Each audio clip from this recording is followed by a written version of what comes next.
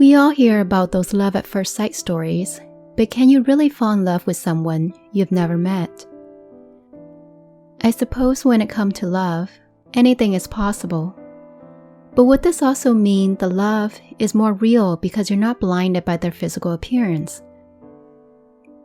What does it really take to fall in love with someone?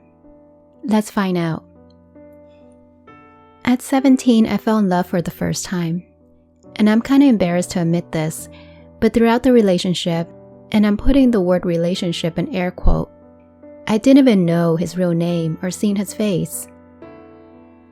Our story could easily be summed up as a more dramatic version of the movie You Got Mail, with the hope of becoming Hopeless in Seattle, but instead it crashed and burned like a Nigerian prince phishing scam. We met in an online chat room back in 2000, when AOL dial-up was the hottest thing since sliced bread and mixed CDs were still cool. Growing up, I was awfully shy and a late bloomer. Sure, I had secret crushes here and there in junior high and high school, but I would get passed over by the guys for my friend Rose. So the rise of the internet and chat rooms were a godsend to me. Anyways, we clicked after a few days of online bantering and decided to exchange phone numbers and emails. This was before cell phones and social media, so every day after school, I would sit by the phone waiting for his call. Pathetic, I know, but I didn't care. I had a boyfriend, and Rose can't steal him away from me this time. The secrecy, mystery, and his voice, my goodness. It was the perfect blend of sexiness and warmth. Manly, yet soft and sweet. This was love at first sound. Besides our phone conversation, the daily email he sent me were some of the sweetest ones I've ever received in my life. ILUMTAITW. I love you more than anything in the world would always be his sign-off signature. I mean, who wouldn't fall for that move? I would print out those emails and fold them neatly in my keepsake box, right next to my unused Chinese New Year red envelope money. I loved them that much. After a month or two of this, he suggested that we should meet in real life by taking me to prom, which was just a few weeks away. I was beyond excited and happy, but also scared at the same time. What if I don't look like what he pictured? Am I pretty enough? What if he doesn't like me in real life? And a million other what-ifs. Luckily, none of that mattered because he canceled on me a few days before prom. He suddenly got sick and had to go to the hospital.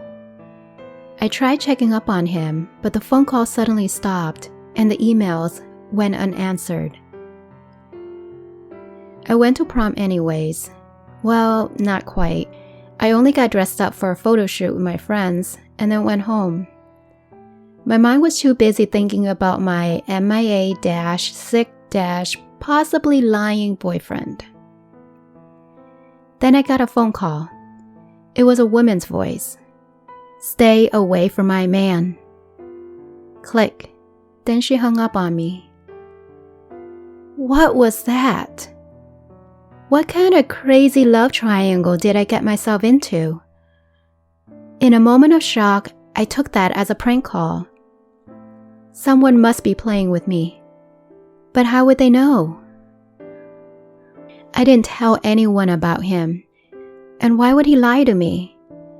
Why put in so much effort to court me and then hurt some random stranger online? Nothing made any sense.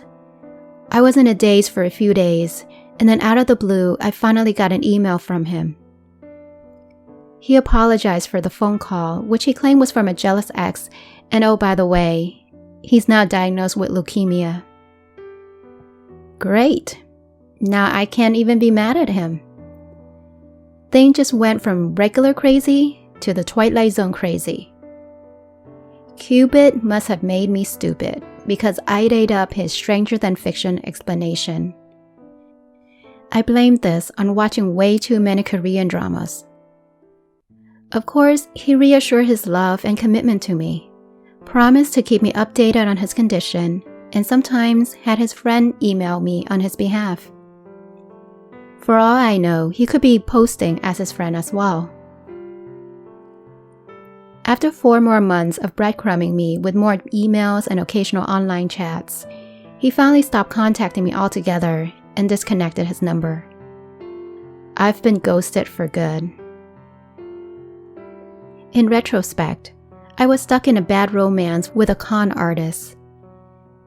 Even though I knew I was fooled, the feelings I felt was as real as any in-person relationship.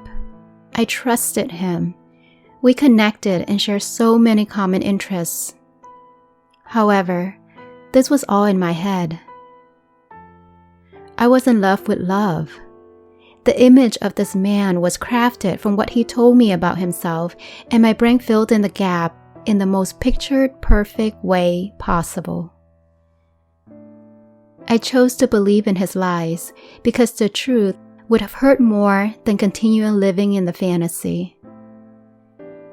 He could have looked like the Hunchback of Notre Dame for all I know, but in my mind, he was the handsome and charismatic Prince Charming. Except, he turned out to be Prince Harming. In the end, I never had a real relationship with him, just an imaginary one in my head. But the hurt feelings, what to do with those? How can I get over him? How can I get over these feelings? How to forgive myself for being such a fool? It took me months to regain enough clarity to separate out what was real and what was fiction. Still, I had to cry and grieve for this false love. To move on completely, I finally mustered up the courage to destroy the one thing that still connected me to him. Those damn emails. I read them one last time, shed all the tears I needed, and then tore them up into a million little pieces. It was sadly satisfying. Although my first love turned out to be smoke and mirrors, it taught me an important lesson about how love is formed. Love, as it turned out, is 100% mind-made. It is a mind spell cast by the person in love projected onto their subject of affection. From the initial thoughts to the happy memories, emotional attachment to the butterflies in our stomach, to the state of falling out of love and the painful breakup withdrawal symptoms. They're all controlled by the brain, but are felt by the body. And this whole time, I have been tricked into thinking that it was all the heart's fault. My poor heart. I promise to choose better next time, and not to let my mind get the best of me. Fool me once, shame on you. Fool me twice, well, I guess that's what they call a hopeless romantic. So, would this hopeless romantic ever find real love with a real person? Find out next time on Awaken to Love. If you can relate to my story or have been fooled by a sight unseen lover on the internet, how did you get over it? Let me know in the comment below. Thank you for listening. Take care, and I'll talk to you soon.